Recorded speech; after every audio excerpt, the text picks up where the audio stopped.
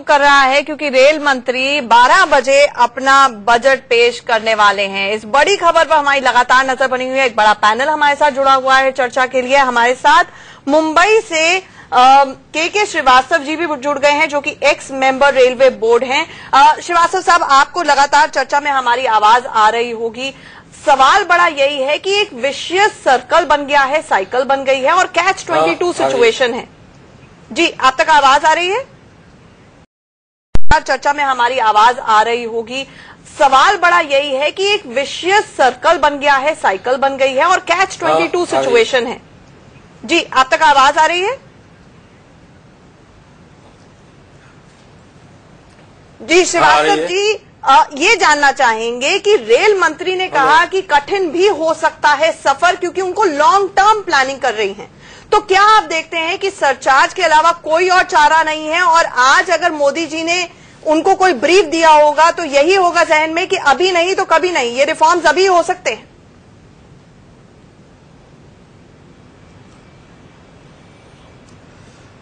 नहीं, बात तो सही है। रेल को पटरी पे लाना है तो आमदनी का साधन तो बढ़ाना पड़ेगा, और उसके लिए जो हम सस्ती गाड़ियां चलाते रहे इतने दिनों से, उसको बंद करना पड़ेगा। तो ये मुश्किल रास्ता तो है। इससे एक बार उभर आएंगे तब रेलवे की माली हालत अच्छी हो जाएगी। तो उसमें आपूर्ति के लिए, इन्वेस्टमेंट के लिए जो पैसा चाहिए उसको मिलने का साधन मिलेगा। अब श्रीवास्तव साहब, यहाँ पर भी एनपी श्रीवास्तव साहब जुड़े हुए हमारे साथ। असल में एक बात समझना चाहता हूँ और मुश्किल इसका सवाल भी सब पैनलिस्ट से पूछना चाहता हूँ कि हम हर साल रेल बजट पर डिस्कशन करते हैं। हर साल प्रदीप सिंह जी हम ये बात करते हैं कि रेलवे की माली हालत सुधरना चाहिए। हर साल ये बात करते हैं कि रेल बजट को रिफॉर्म ओरिएंटेड होना चाहिए। हर साल ये बात करते हैं कि साफ सफाई होना चाहिए। हर साल ये बात करते हैं कि स्टेशंस का आधुनिकीकरण होना चाहिए। हर साल ये बात करते हैं कि महिला सुरक्षा पर ध्यान दिया जाना चाहिए। हर साल ये बात करते हैं कि जो ट्रैक है उसकी मरम्मत होना चाहिए। हर साल ये बात करते हैं कि जो फ्रेट कॉरिडोर्स हैं उनको बनना चाहिए। सवाल ये श्रीवास्तव जी, होता क्यों नहीं? देखिए, अगर आप देखिए जो अभी मंत्री जी ने अपना वक्तव्य दिया, उसमें वही है जो बता दिया कि अगर पैसेंजर जो है वो चेन्नई जाने वाली गाड़ी में बैठने के बजाय दूसरी गाड़ी में बैठ जाए तो गलत दिशा में चला जाता है। तो अब तक जो रेलवे बजट की दिशा थी वो केवल या तो पटना के लिए थी या बंगाल कोलकाता के लिए थी।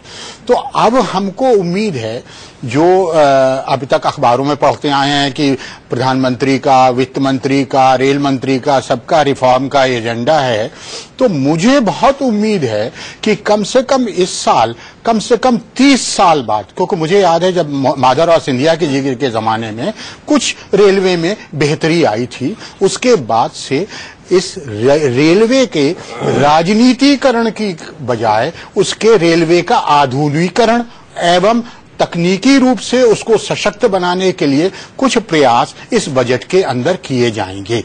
अब ये कहां तक हो सकते हैं ये मुझे नहीं मालूम। मेरी अपनी जो इच्छा है, आपने बिल्कुल सही कहा कि हर साल हम लोग वही चीज दोहराते रहते हैं, हर साल दोहराते रहते हैं। अब की बार रेल मंत्री ने एक मीटिंग के अंदर ये भी कहा था कि हम फ्यूचर रोड मैप भी देंगे कि हर साल हमने पिछले वादे जो किए थे उनको हम कितना पूरे कर पाते हैं। तो अगर वो ऐसा इस बजट में देते हैं तो बहुत अच्छा है। मेरे हिसाब से इस बजट के अंदर यदि रेल मंत्री महोदय आप अपने को राजनीति और चार्टर्ड अकाउंट से उठा के विजन का स्टेटमेंट देके कुछ तुरंत काम करने के लिए, कुछ शॉर्ट टर्म में, कुछ लॉन्ग टर्म में, क्योंकि उन्होंने बोला कठिन रास्ता है, लंबा रास्ता है, तो उस कठिन और लंबे रास्ते के लिए भी वह कुछ बहुत ठोस कदम उठाएंगे। प्रदीप जी, ये आप मानते हैं, तमाम एक्सपर्ट्स कह रहे हैं, ये आप भी मानते हैं कि पिछले एक दशक में जो करीब 9 रेल मंत्री रहे और उन्होंने अपना जो योगदान दिया उसने सबसे ज्यादा रेल मंत्रालय का और रेलवेज का बेड़ा गर्क किया? देखिए आंचल, अभी जो दीपक बात कह रहे थे, मैं उस बात से सहमत हूं कि क्यों सब कहते हैं लेकिन होता क्यों नहीं है। इस देश में 3 रेल मंत्री हैं। आप रेल मंत्रालय के बड़े अधिकारियों से बात कीजिए, श्रीवास्तव साहब बैठे हैं, तस्दीक करेंगे शायद इसकी, कि 3 रेल मंत्रियों का नाम लिया जाता है, के हनुमंतैया, माधवराव सिंधिया, उसके बाद कुछ हद तक नीतीश कुमार।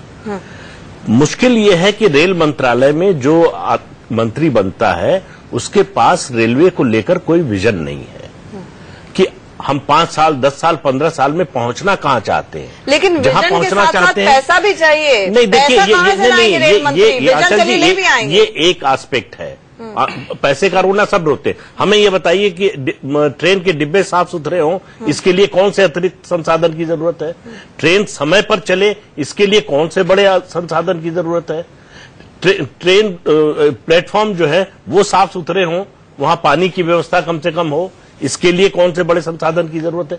जो प्रशासनिक स्तर पर काम हो सकते हैं वो भी नहीं हो रहे। आपको रेल में बिस्तर मिलता है, वो गंदा हमेशा क्यों मिलता है? क्योंकि उस एक नेक्सस बना हुआ है राजनेताओं का, अधिकारियों का और जो सप्लायर है उसका। आपको कभी साफ आपको लग रहा है प्रभु वो तोड़ पाएंगे? मुझे लगता है अगर सुरेश प्रभु नहीं तोड़ पाएंगे तो पिछले 10-15 साल में जो बने हैं, जो संभावित हो सकते हैं, कोई नहीं तोड़ पाएगा। प्रभु में क्षमता है, तकनीकी ज्ञान भी है उनको और पॉलिटिशियन भी है। कहां पॉलिटिकल एडजस्टमेंट करना है उनको समझ में आता है और कहां तकनीकी रूप से और आर्थिक रूप से कहां से पैसा निकालना है, कहां डालना है। देखिए, असली बात यह है कि पैसा आपके पास कम ज्यादा ये अलग समस्या है। जो पैसा है उसकी प्राथमिकता क्या है, उसको किस चीज पर आप खर्च कर रहे हैं, उससे आगे का रास्ता तय होगा।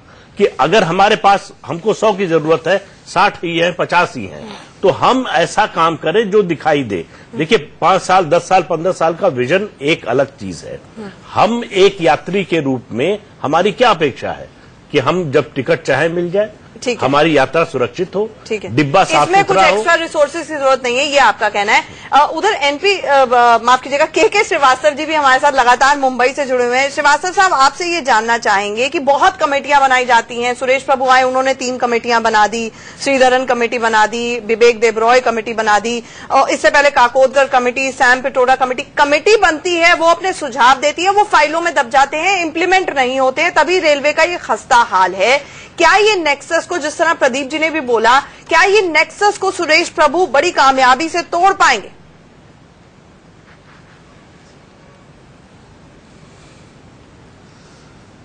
नहीं, नेक्सस को तोड़ना तो पड़ेगा, इसमें कोई शक नहीं है, और इसके अलावा कोई चारा भी नहीं है। मंत्री जी को करना पड़ेगा ये। उनसे एक उम्मीद है क्योंकि वो एक टेक्निकली कॉम्पिटेंट आदमी है, उनके पास एक विजन भी होना चाहिए, मुझे ऐसी आशा है। और जहां तक सारा कमेटियों का, कमेटी इतनी अपॉइंट कर लीजिए आप, उनके जो सुझाव आते हैं, जो रेलवे को ठीक करने के लिए चाहिए, वो पैसा सबसे पहले चाहिए। प्रदीप जी से मैं सहमत नहीं हूं पूरी तरीके से कि पैसा बहुत चीजों में नहीं चाहिए। सफाई में पैसा चाहिए, मेंटेनेंस में पैसा चाहिए, हर चीज में पैसा चाहिए। पानी की सप्लाई करनी है आपको, जितने यात्री चल रहे हैं, जितने लोग बढ़ रहे हैं ट्रेन पे, ज्यादा पानी चाहिए, अच्छा पानी चाहिए। मेरा सवाल है कि जितने संसाधन अभी हैं, क्या उनके मुताबिक सर्विस मिल रही है पैसेंजर को? बात उसके ऑप्टिमम यूज की है। जितने संसाधन है उसके हिसाब से मिल रही है। प्रदीप जी, मैं आपसे चले हुए हैं, उस हिसाब से मिल रही है। यहाँ पे एनपी श्रीवास्तव जी भी कुछ कहना चाह रहे हैं। नहीं श्रीवास्तव जी, मैं आपकी बात से बिल्कुल एग्री नहीं करता हूं। जितने संसाधन है उसमें साफ सफाई सबसे महत्वपूर्ण है। क्या साफ सफाई मिल रही है रेलवे स्टेशन और डब्बों के अंदर?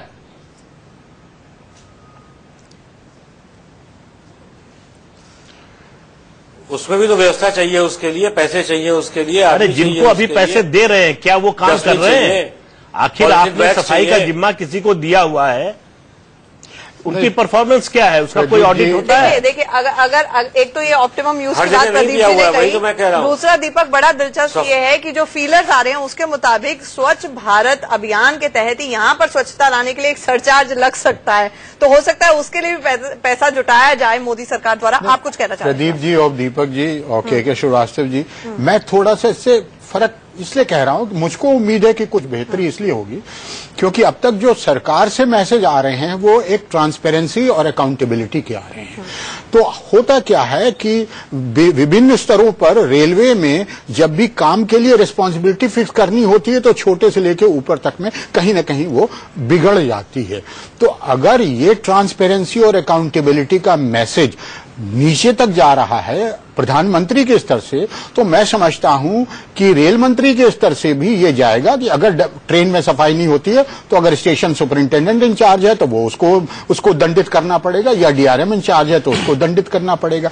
इस विषय में ऑलरेडी मेरे हिसाब से प्रभु जी ने जो एक अपने सब अधिकार रेलवे बोर्ड के अंदर थे उनको छोड़ने का जो विचार किया है, उन्होंने सब महाप्रबंधकों को बहुत अधिक ताकत दी है। तो इससे मेरे ख्याल से जो सीमित संसाधन हैं उनका भी बेहतर उपयोग इसलिए हो पाएगा क्योंकि जो आदमी उसके लिए जवाबदेह है वह उसके लिए जवाबदेह होगा। यानी कि श्रीवास्तव जी बदलाव हो रहे हैं, लेकिन गति भारतीय रेल की जो गति है फ्रेट की 23 किलोमीटर पर आवर, उसी की स्पीड से हो रहे हैं बदलाव। ये समस्या है दीपक? बिल्कुल ये समस्या है, और बदलाव का जो प्रक्रिया है उसमें बहुत वक्त लग रहा है। मैं आपको एग्जांपल दूं कि पिछले बजट के अंदर 160 नई ट्रेनों की घोषणा हुई, लगभग 160 ट्रेनों की घोषणा हुई। चली कितनी? क्या इसका रियलिटी टेस्ट कभी किसी ने किया है? घोषणाएं हो जाना और उसका इम्प्लीमेंट होना, दोनों में बहुत बड़ा अंतर है। हमने कहा गया कि और क्या अगले साल आकर रेल मंत्री बताते हैं कि ये हमने घोषणा की थी, क्यों नहीं चल पाई? नहीं, बात गोल कर दी जाती है। अगर इंटरव्यू भी हो, वैसे यूपीए 1 यूपीए 2 में भी 100 ट्रेनें शुरुआत की गई, लेकिन फिजिबिलिटी टेस्ट नहीं हुआ। उधर हमारे साथ एनपी श्रीवास्तव जी जुड़े हुए हैं। फिजिबिलिटी टेस्ट नहीं होता और ट्रेनें जुड़ जाती हैं। दीपक आप एक मैं कहना चाहूंगा कि फिलहाल रेलवे के पास 676 परियोजना है, 676। उसके लिए चाहिए, इन परियोजनाओं के लिए उसको मिले हैं, उसके पास है 1,57,883 करोड़, जिससे कंप्लीट होंगी सिर्फ 317, और बाकी 359 का क्या होगा, 359 का क्या होगा, कुछ पता नहीं, क्योंकि उसके लिए चाहिए 5 लाख करोड़ रुपए की, 1,82,000 करोड़ की जरूरत है आज के हिसाब से। आज के हिसाब से, क्योंकि और ये इस वक्त माफ कीजिएगा, आपको कुछ क्षणों के लिए रोकना चाहूंगी। एक बड़ी खबर लोकसभा से आ रही है। बैठक में कांग्रेस, लेफ्ट और टीएमसी शामिल थे। विपक्षी दलों की लोकसभा अध्यक्ष को चिट्ठी दी गई है, सुमित्रा महाजन को चिट्ठी दी गई है। वेंकैया के बयान पर स्पीकर को ये चिट्ठी सौंपी गई है। आपत्ति जताई है विपक्ष ने। डेरेक ओब्रायन ने कहा है, मांग की है टीएमसी के सांसद ने कि माफी मांगनी चाहिए वेंकैया नायडू को। विपक्ष दलों ने लोकसभा अध्यक्षा को चिट्ठी लिखी है और ये कहा है कि वेंकैया नायडू को अपने बयान पर माफी मांगनी चाहिए। उन्होंने ये तक धमकी दे दी है कि वो रेल बजट को नहीं पेश करने देंगे अगर माफी नहीं मांगी गई। पूरे के पूरे लैंड एक्विजिशन बिल को लेकर लगातार हंगामे की स्थिति से जूझ रहा है लोकसभा और संसद। हमारे साथ मिथिलेश जुड़ रहे हैं। मिथिलेश, रेल बजट पेश नहीं करने देंगे, विपक्ष ने धमका दिया है और माफी की मांग की है वेंकैया नायडू से, क्यों?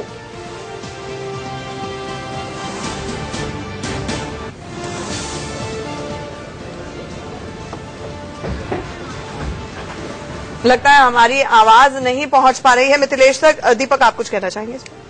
देखिए, विपक्ष और सरकार में लैंड एक्विजिशन के मुद्दे पर तनातनी बढ़ी हुई है। विपक्ष लगातार इसको मुद्दा बनाने की कोशिश इसलिए कर रहा है क्योंकि उनको लग रहा है कि ग्राउंड लेवल तक ये मुद्दा जा रहा है, और पश्चिम बंगाल के अंदर जल्द ही विधानसभा के चुनाव आने वाले हैं, बिहार के अंदर विधानसभा के चुनाव आने वाले हैं, और विपक्ष को लगता है चूंकि मुद्दा किसानों से जुड़ा हुआ है इसलिए सीधा असर कर सकता है।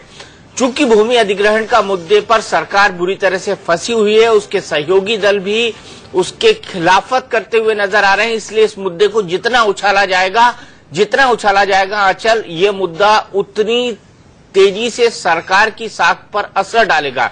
इसीलिए नए नए मुद्दे खोजे जा रहे हैं। रेल बजट का दिन बड़ा दिन होता है, लोग अपने टीवी सेट्स पर चिपके रहते हैं, और मुझे लगता है कि एक नया बवाल करने की कोशिश की जा रही है। इसको एक मुद्दा बनाकर और वेंकैया नायडू से माफी की मांग की जा रही है। बिल्कुल, एक छोटे से ब्रेक के लिए हम यहाँ पर रुकेंगे। इस बड़ी खबर पर हमारी नजर बनी हुई है, क्या रेल बजट पेश होने से पहले ही हंगामा हो जाएगा संसद में? कि ये सपने दिखाने में, पिछले साल भी सपने दिखाए थे, बड़ी मुस्कुराहट के साथ सदानंद गौड़ा जी आए और उन्होंने अपनी अटैची खोली और उसमें बुलेट ट्रेन का वायदा था, डायमंड क्वाड्रिलैटरल का वायदा था, हाई स्पीड ट्रेन का वायदा था, लेकिन सच तो ये है कि उसके लिए पैसे नहीं है।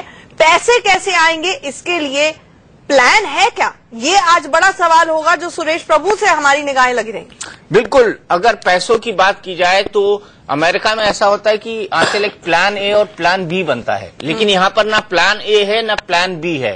पैसे कहाँ से आएंगे इसका कोई उल्लेख, कोई जिक्र नहीं है। मसलन सर ने बोला कि अहमदाबाद मुंबई अगर बुलेट ट्रेन चलाते हैं 1 लाख करोड़ के आसपास रुपए लगेंगे। अगर हम कंजर्वेटिव स्टेटमेंट में भी जाएं तो 60,000 करोड़ रुपए से 1 लाख करोड़ रुपए के बीच लगना है उस बुलेट ट्रेन के लिए। और सिर्फ सैंक्शन कितना था पिछली बारी? 100 करोड़ नहीं, वो कह रहे हैं कि फिजिबिलिटी स्टडी के लिए हमने वो सैंक्शन किया है, हमने बुलेट ट्रेन लगाने के लिए वो सैंक्शन नहीं किया है, ऐसा उन लोगों का कहना है। तो सवाल ये है कि ये पैसा कहाँ से आएगा और क्या पैसा लगाने के बाद, इतना पैसा लगाने के बाद क्या बुलेट ट्रेन मुनाफा देगी? तो कहा जाता है कि चीन से लेकर जहां जहां भी बुलेट ट्रेन चल रही है वहां कहीं मुनाफा नहीं है। तो ऐसे में क्या होगा इस सपने का? क्या ये सिर्फ सपना रह जाएगा या बुलेट ट्रेन दौड़ेगी भी? तो कई सारी चीजें हैं जो सपने और वास्तविकता बहुत ज्यादा दूरी है। सपने दिखाने में हम मास्टर हैं, लेकिन उसको वास्तविकता में परिवर्तित करने में हमको बहुत वक्त लगेगा, क्योंकि अभी भी हम खाली हाथ हैं जहां तक रेलवे की बात करी जाए तो। सिर्फ एक क्विक कमेंट लेते हैं, फिर ब्रेक पर जाना होगा। प्रदीप जी, अगर 2 चीजें हैं आपको यकीनन, किस चीज की छाप आपको सुरेश प्रभु के इस रेल बजट में मिलेगी? मेक इन इंडिया की, स्वच्छ भारत अभियान की? नहीं, दोनों की। देखिए, फ्रेट कॉरिडोर पर रेलवे सुरेश प्रभु के इस मंत्रालय में तुरंत लाने का के पीछे एक बड़ा कारण जो है वो फ्रेट कॉरिडोर है। उसको नरेंद्र मोदी चाहते हैं कि वो एक्सपेडाइट हो, वो जल्दी से जल्दी, कम से कम वेस्टर्न फ्रेट कॉरिडोर जो है वो जल्दी पूरा हो। तो उसके साथ साथ जो इंडस्ट्रियल कॉरिडोर बनना है वो बनना शुरू हो। तो मेक इन इंडिया के लिए, रोजगार के लिए, दूसरे संसाधनों के लिए, विकास के लिए ये जरूरी है। एक शो पीस होगा सरकार के पास दिखाने के लिए कि ये हमने करके दिखाया। तो मुझे लगता है मेक इन इंडिया, स्वच्छ भारत दोनों मोदी के पेट प्रोजेक्ट हैं। और इन सब चीजों के मामले में भी हम ट्रेलर स्टेज पे हैं, फिल्म तो जब बनेगी नहीं, फ्रेट कॉरिडोर में तो काफी, श्रीवास्तव जी बताएंगे, काफी काम हो चुका है। लौटेंगे। एक क्विक कमेंट, बिल्कुल एक लाइन का, क्योंकि ब्रेक पे जाना है सर। हाँ, तो ये जो दिल्ली फ्रेट कॉरिडोर जो है ना, DFC जो है, ये एक बहुत महत्वपूर्ण प्रोजेक्ट है। 2005 में अनाउंस हुई थी कि 2011-12 तक पूरी हो जाएगी, मगर अब लगता है कि उस पर एक बार जोर हो रहा है, क्योंकि अब मैंने पढ़ा था कि 2018-19 तक ये पूरी हो जाएगी। ये एक बहुत महत्वपूर्ण चीज है। और अगर प्रभु जी टारगेट तो यहाँ पर भी मिस किया, कितना जमीन पर हुआ है इस पर फिर से बात करेंगे। हम एक छोटे से ब्रेक के लिए रुकना पड़ रहा है, चर्चा हमारी लगातार जारी है।